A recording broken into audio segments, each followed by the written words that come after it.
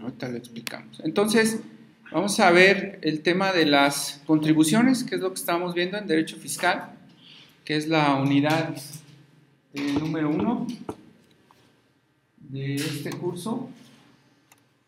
Del tema de las contribuciones, lo primero que tenemos que considerar para el curso es que son aportaciones en dinero que otorgan las personas, tanto físicas como morales, para cubrir los gastos públicos del gobierno.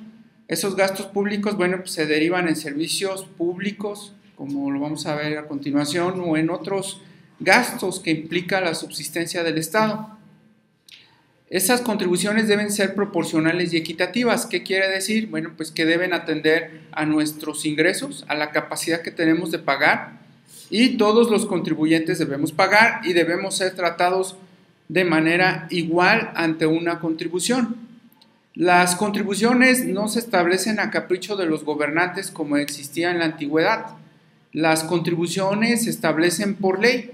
¿Quién crea la ley? Bueno, pues el Congreso, por medio de una iniciativa, discusión, aprobación, sanción, promulgación y publicación. Entonces, solamente por ley. Hay un principio nulo, un tributum sine lege, no hay tributo sin ley. Esa disposición está en el 31 fracción cuarta de nuestra Carta Magna y ahí establece la obligación de contribuir para los gastos públicos. Mucha gente dice, bueno, pues es que y hay empresas que llegan a cerrar porque no tienen para pagar sus impuestos. Entonces el artículo 22 constitucional dice que no habrá confiscación cuando se apliquen los bienes de una persona para cubrir el pago de impuestos. Entonces no existe la confiscación en materia fiscal como tal, ¿sale? En otras materias pues sí, no se puede confiscar todos los bienes de una persona, pero en fiscal sí. ¿Quién ejerce el gasto público? Bueno, lo hace la federación, los estados y los municipios. Repito, ¿qué es el gasto público?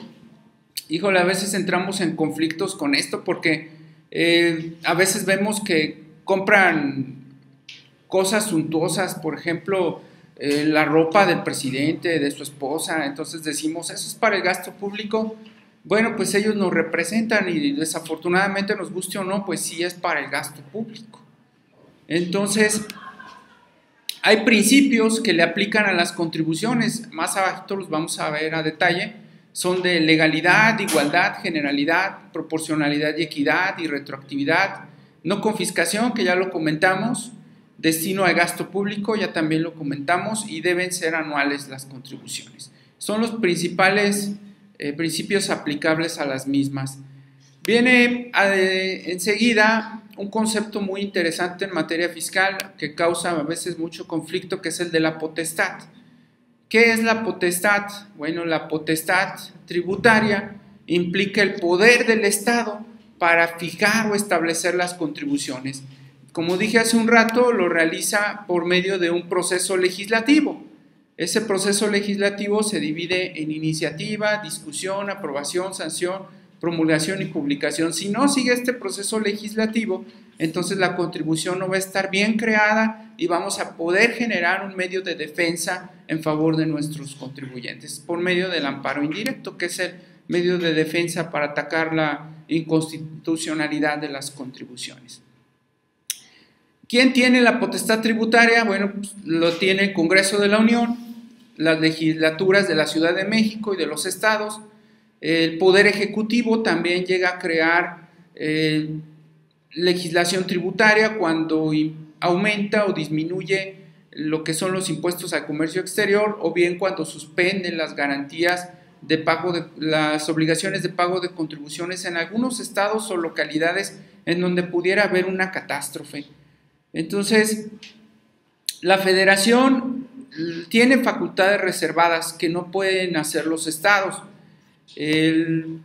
Esas facultades reservadas son exclusivas y pues ahora sí que tienen privilegio la Federación en poder gravar todas las mercancías de comercio exterior en materia de energía eléctrica, en materia de gasolina, hidrocarburos, producción y consumo de cerveza, tabacos, entre otros que son estos los más importantes. La Federación es la única que los puede regular. Nadie, ningún estado, ningún municipio puede meterse en estas materias.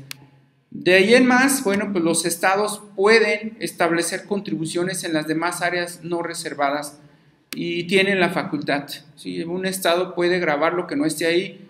De hecho, yo mucho critico a los estados porque tienen la facultad de imponer impuestos a muchas cosas y no lo hacen. Digo, qué bueno para los ciudadanos porque tendrían que pagar más, ¿no?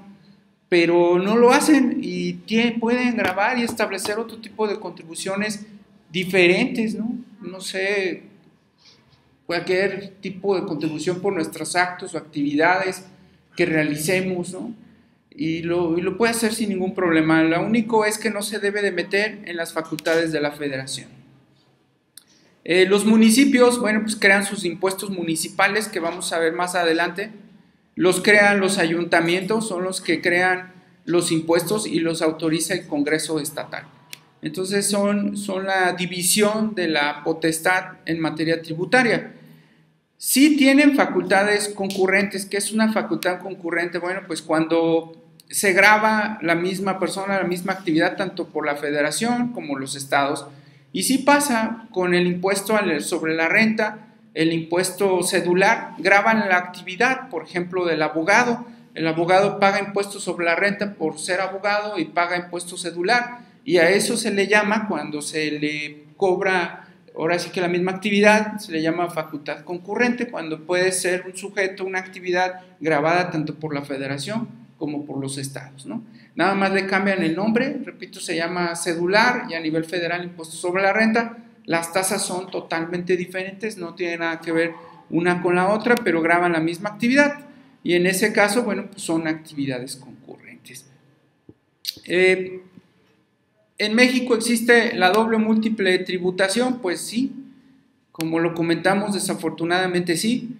También un sujeto puede realizar actividades en el extranjero, luego viene a México y le graban allá el impuesto y le graban aquí. Sí, sí se puede. El gobierno ha creado tratados para evitar esa múltiple tributación. Entonces, si tú causaste impuestos en otro país, el gobierno celebra tratados para que se te tomen en cuenta esos impuestos que te cargaron en otro país del mundo, ¿sí? En otro país. Y de esa manera se evita la doble tributación. Ya tenemos varios tratados en la materia, los celebra el presidente, los aprueba el Congreso de la Unión por medio de la Cámara de Senadores. Y ellos están cuidando constantemente que no se grave a un sujeto dos veces, ¿no? Pero sí llega a suceder constantemente. Tenemos otro sistema en materia de contribuciones que es la coordinación fiscal.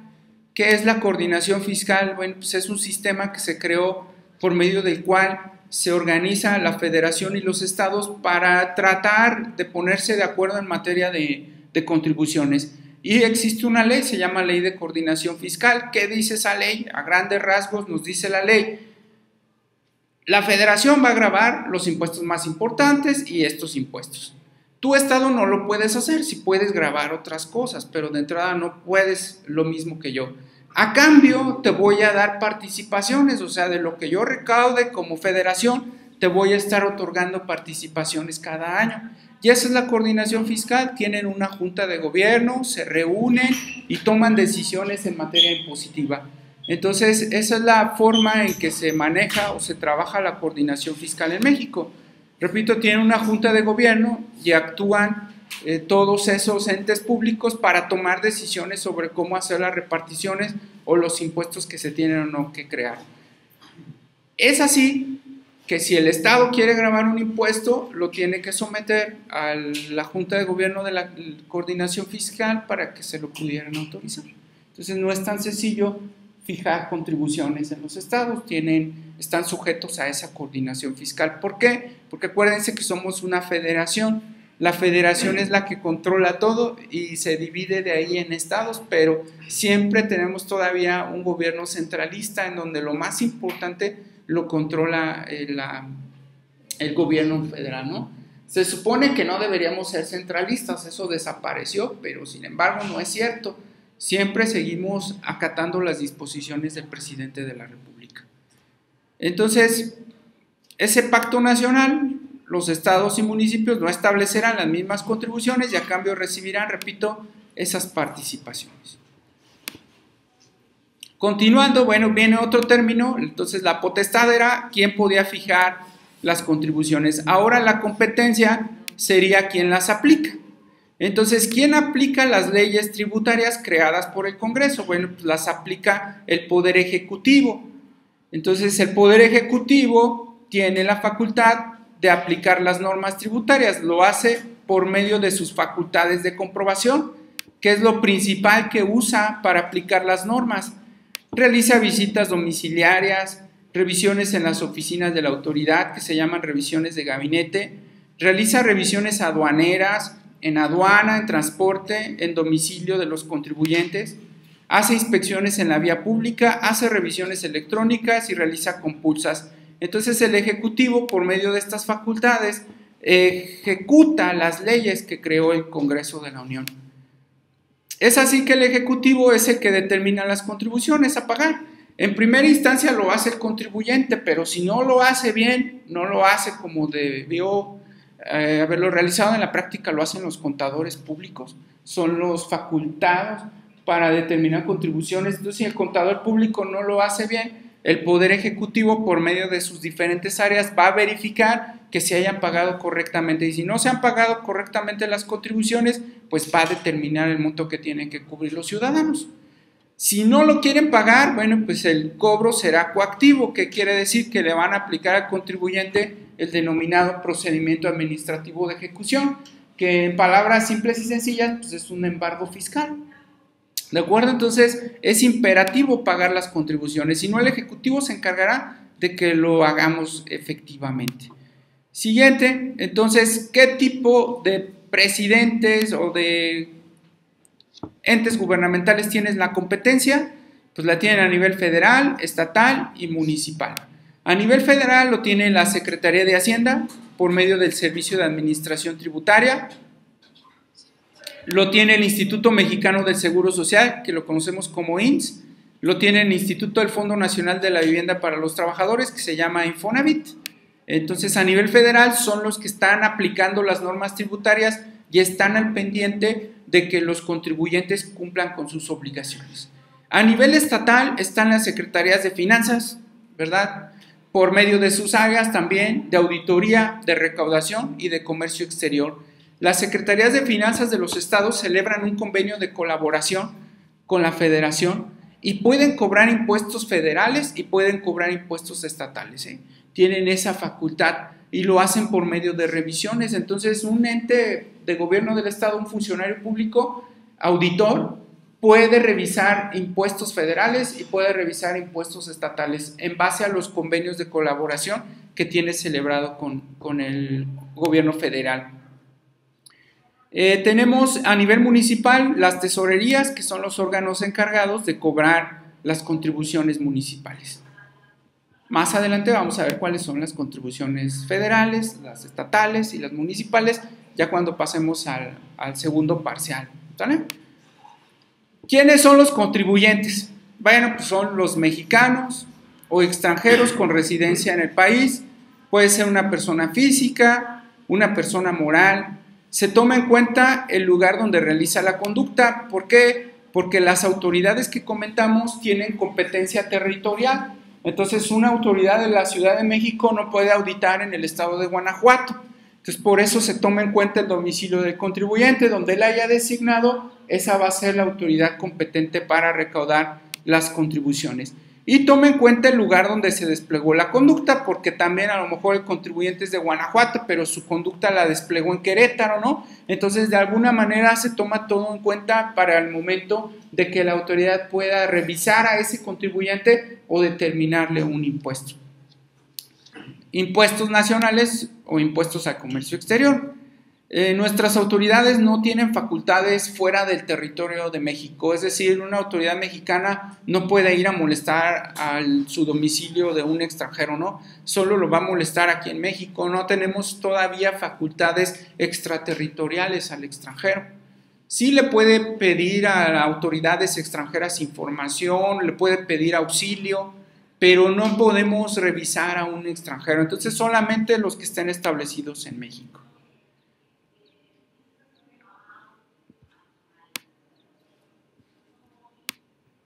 Pasamos al siguiente.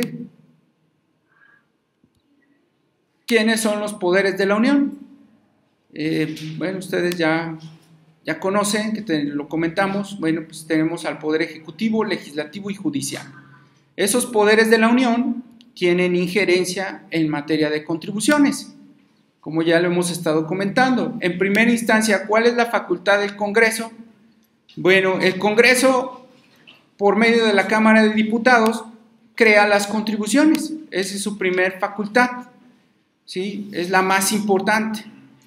Discute y aprueba el presupuesto de egresos de la Federación, audita los gastos del gobierno, designa al titular de la Auditoría Superior de la Federación. La Auditoría Superior de la Federación fiscaliza el gasto público y aprueba la ley de ingresos. La Cámara de Diputados es la cámara más importante en materia de contribuciones. El presupuesto, bueno, y las leyes de ingresos son anuales. ¿Qué hacen los senadores? Aprueba los tratados en materia fiscal.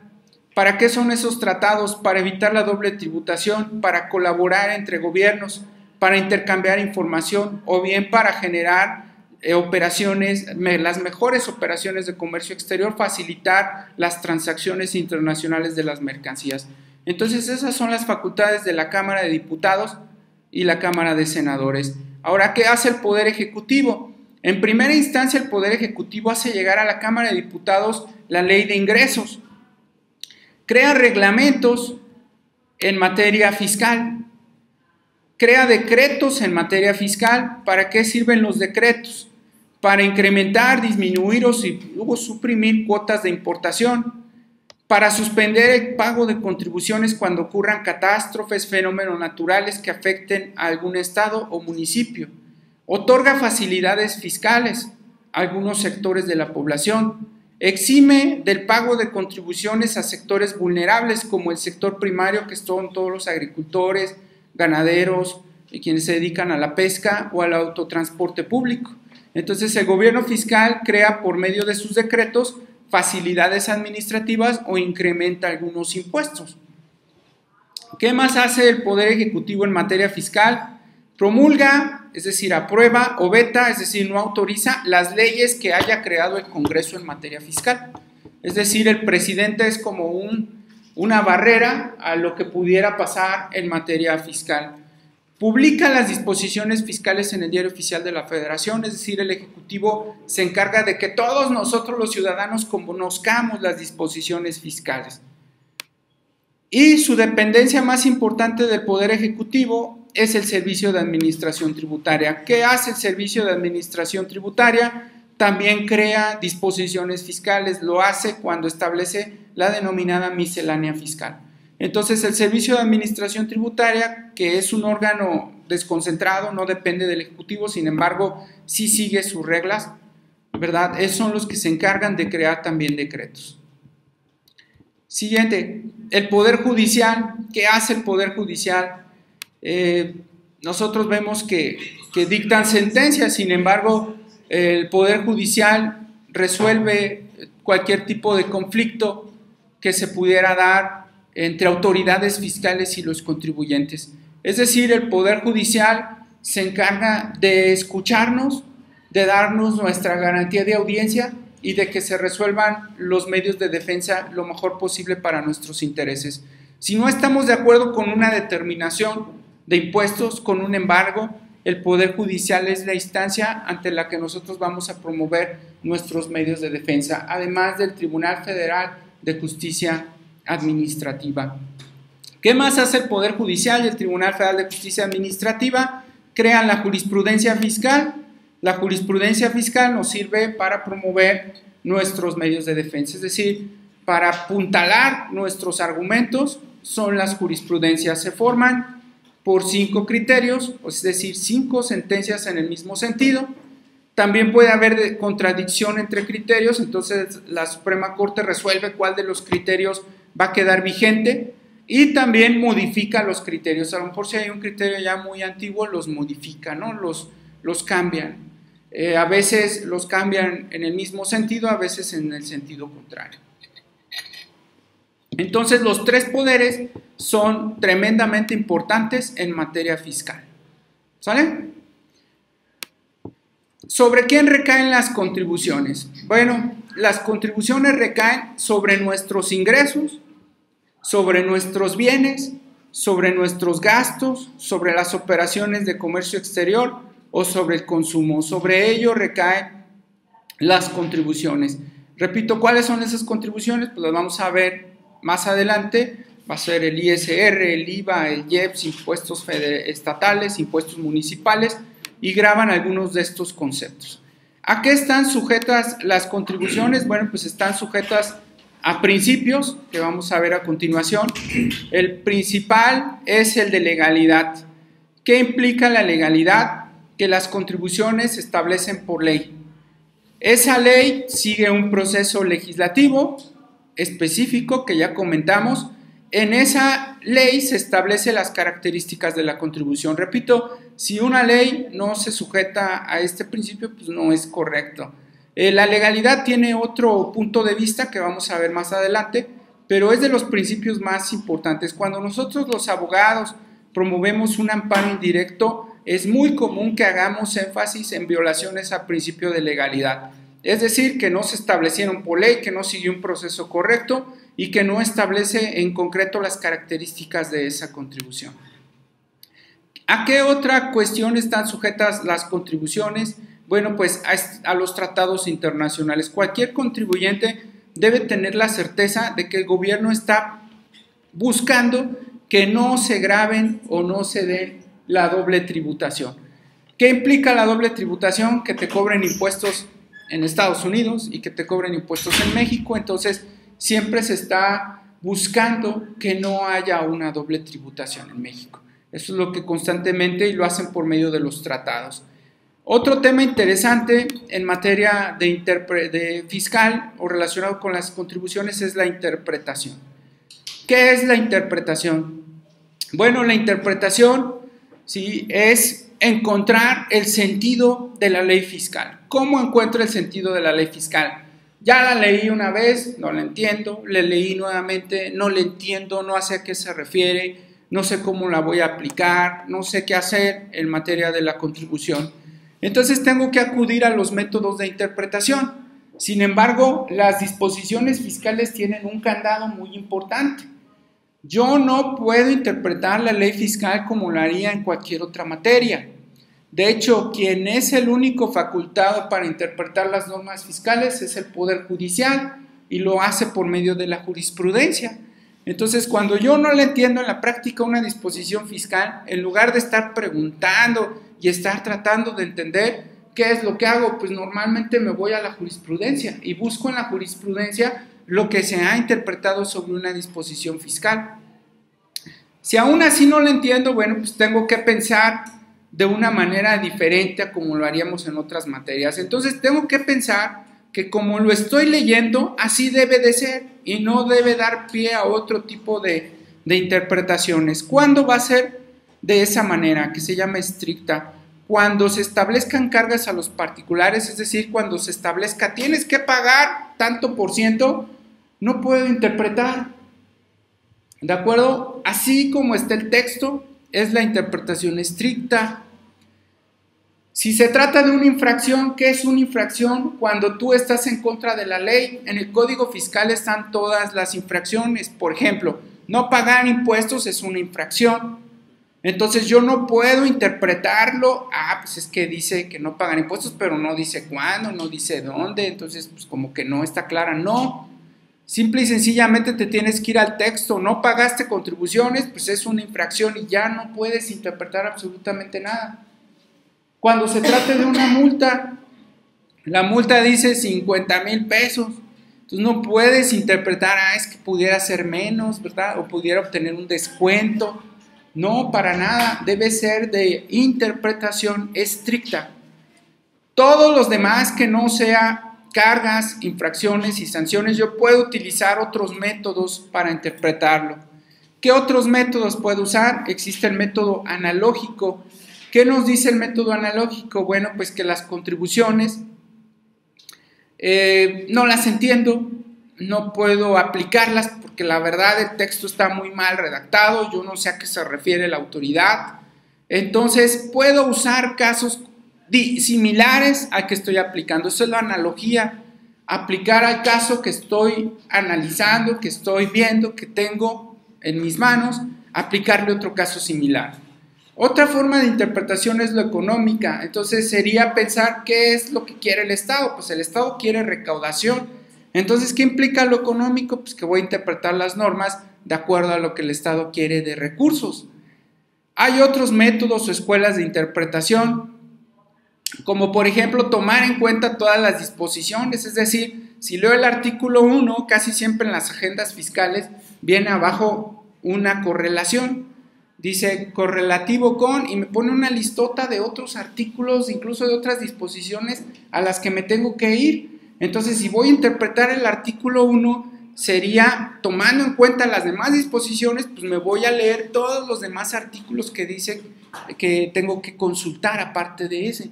Ese es otro método de interpretación y lo usamos mucho. Bueno, en el caso particular yo lo uso mucho cuando estoy elaborando un medio de defensa. Leo el artículo 30, por ejemplo, y abajo me dice vete a leer todos, y después de leer el 30 me voy a leerlos todos.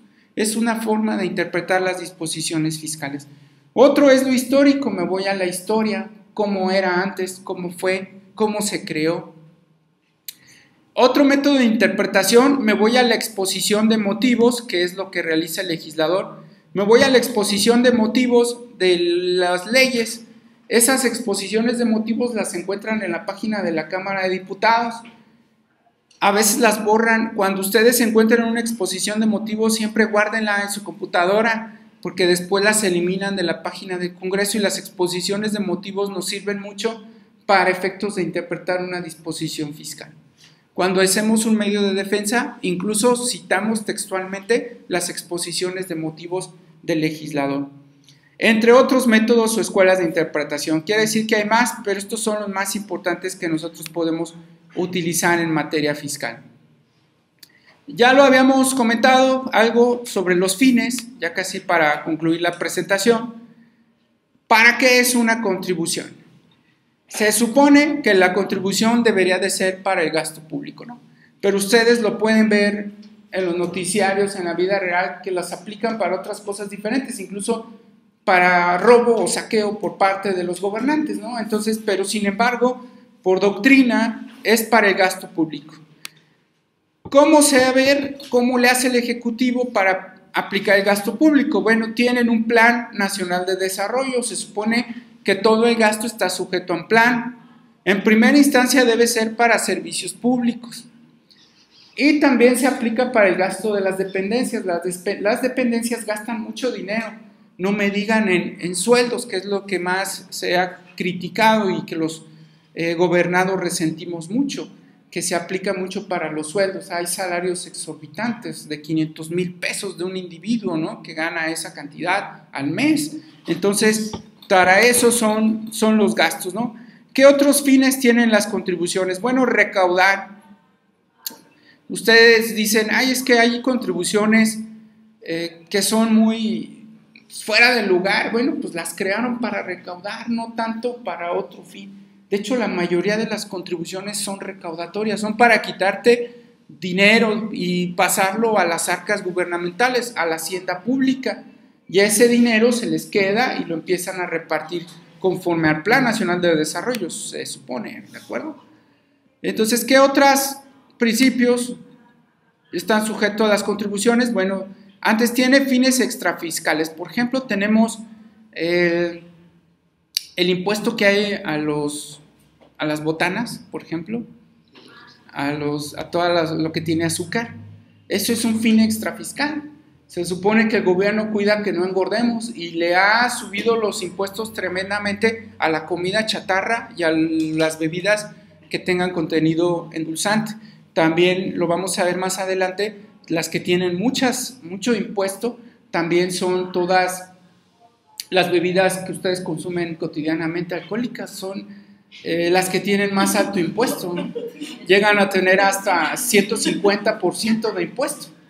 Entonces, si tú compras una bebida alcohólica, una botella de vino que cuesta 200, 300 pesos, se supone que 150% es solo impuesto y muchos no les pesa pagar esas bebidas, ¿verdad? No resienten el impuesto, en cambio resentirán una resaca, ¿verdad? Entonces tiene fines extrafiscales, que no consumas alcohol, pero no se logra, ¿no? Sin embargo, el gobierno está contento porque recauda mucho gracias a las adicciones de las personas, ¿no? Tenemos otros fines, otros principios a los que están sujetos las contribuciones, que es el de proporcionalidad. La proporcionalidad implica que debe atenderse a la capacidad de las personas. No es cierto, el fisco la verdad no se fija en la capacidad de pago. Hay empresas que no tienen para pagar contribuciones, apenas si les alcanza para cubrir los sueldos. Entonces, no, la verdad no atiende el gobierno a los principios de proporcionalidad. Equidad es que a todos los ciudadanos los traten igual. Multa excesiva se supone que están prohibidas. La verdad hay personas que a veces me hablan, me dicen, yo no tengo para pagar la multa. ¿De cuánto es? De 8,000 pesos. No tengo. Y el gobierno no se fija, ¿sí?, en que para esa persona es excesiva. Ellos nada más imponen la multa, ¿no? Para las multas excesivas, que están prohibidas por el artículo 22 constitucional, tenemos el juicio de amparo indirecto que podemos promover. Más adelante vamos a ver cómo se tramita y los elementos de ese amparo indirecto. ¿Qué toma en cuenta el gobierno para las contribuciones? Bueno, el hecho generador. ¿Qué es el hecho generador? Es tu conducta que realizas. Esa conducta es una actividad económica, te dan dinero y inmediatamente surge el hecho generador. Ya que surge el hecho generador, estás obligado al pago de contribuciones. ¿De acuerdo? Son como los pasos para que tú generes las contribuciones. Ahora, las contribuciones están sujetas a la irretroactividad. Es decir, las disposiciones fiscales no deben aplicarse al pasado, perjudicándote a ti como ciudadano. Si eso ocurre, nuevamente le reitero, amparo indirecto. Otro principio, el de seguridad jurídica, implica la existencia de disposiciones fiscales que establecen las contribuciones. Principio nullum tributum sine lege. Si no está en una disposición jurídica, no estás obligado a pagar contribuciones. Ya está, supongamos que ya está en una disposición jurídica, la autoridad debe respetar, ¿sí?, esa disposición jurídica. Si no pasan los dos conceptos, entonces habría inseguridad jurídica en México. La verdad, en México hay mucha inseguridad jurídica. No solo porque faltan disposiciones, sino porque la autoridad normalmente no la respeta. La autoridad está sujeta a un principio. Puede hacer lo que se le dé su regalada gana. Sí, desafortunadamente. Entonces, constantemente nos contratan a los abogados para hacer respetar el principio de seguridad jurídica. Otra cuestión a la que están sujetas las contribuciones es a una garantía de audiencia. ¿Qué implica la garantía de audiencia? Bueno, está regulada en nuestro artículo 14 constitucional, ¿sí? Establece que antes de que una autoridad nos afecte en materia tributaria, nos debe permitir que le presentemos nuestras alegaciones por escrito y nuestras pruebas. Si no nos permite que le presentemos nuestras alegaciones y nuestras pruebas, hay violación a la garantía de audiencia y nuevamente el acto es candidato para promover el juicio de amparo indirecto. Legalidad, pues ya lo comentamos, ¿sí? Implica también que las autoridades deben ajustarse a las disposiciones fiscales. Esa es la legalidad. Cuando una autoridad no se ajusta a las disposiciones, además de violentar el derecho de seguridad jurídica, violenta el de legalidad. ¿De acuerdo? Hay otro principio que es el de justicia. ¿Qué implica el de justicia? Implica que existen los tribunales, está la Suprema Corte de Justicia de la Nación, está el Tribunal Federal de Justicia Administrativa, en donde voy a poder tramitar un juicio fiscal para que se respeten todos los principios que acabo de comentar. En ese medio de defensa me deben revisar todos mis argumentos. Todo lo que yo ponga en la demanda me lo deben analizar. ¿Sale? No deben ser incongruentes las sentencias. ¿Qué quiere decir? Pues que si yo pido nulidad en la contribución, no me pueden dar otra cosa diferente. Pues si yo no pedí eso. ¿Estamos? Deben ser congruentes. Debe ser pronta. La verdad no es pronta. ¿Sale? No es pronta la justicia. Hay juicios, bueno, normalmente lo común es que se tarden 1 o 2 años. Entonces no es pronta la justicia fiscal. ¿Cuál es el problema? Que como está corriendo el tiempo, tienes que pagar actualizaciones y actualizaciones sobre el impuesto, ¿no?, que te determinaron. Entonces, si debías 1 millón, ya no vas a deber 1 millón cuando se acabe el juicio, ya vas a deber 2 millones. Ya ese es el problema allá afuera con los medios de defensa. Entonces no son prontos. Imparciales, la verdad, imparcialidad implica que no toman en cuenta ningún prejuicio el juzgador, ni se fije en nada. La realidad es que pues a veces se fijan en la hoja membretada, dicen ¿de qué despacho es? Pues es del despacho tal, y le ponen más atención a algunos asuntos dependiendo del abogado que los esté tramitando, desafortunadamente, en nuestro sistema judicial. Entonces, pues yo dudo de la imparcialidad, digo sí hay, pero no es total. Todas las autoridades se tienen que sujetar, ya para concluir, a las formalidades esenciales del procedimiento. ¿Qué quiere decir? Que cuando la autoridad nos ejerza una revisión de las que comentamos anteriormente, debe hacerlo conforme a las leyes, no puede apartarse del procedimiento legal. Si va a fincar un crédito, se tiene que ajustar a lo que marca el procedimiento. Si va a realizar un embargo, se tiene que ajustar al procedimiento. Si no se ajusta al procedimiento, entonces está violentando el principio de seguir y observar las formalidades esenciales del procedimiento.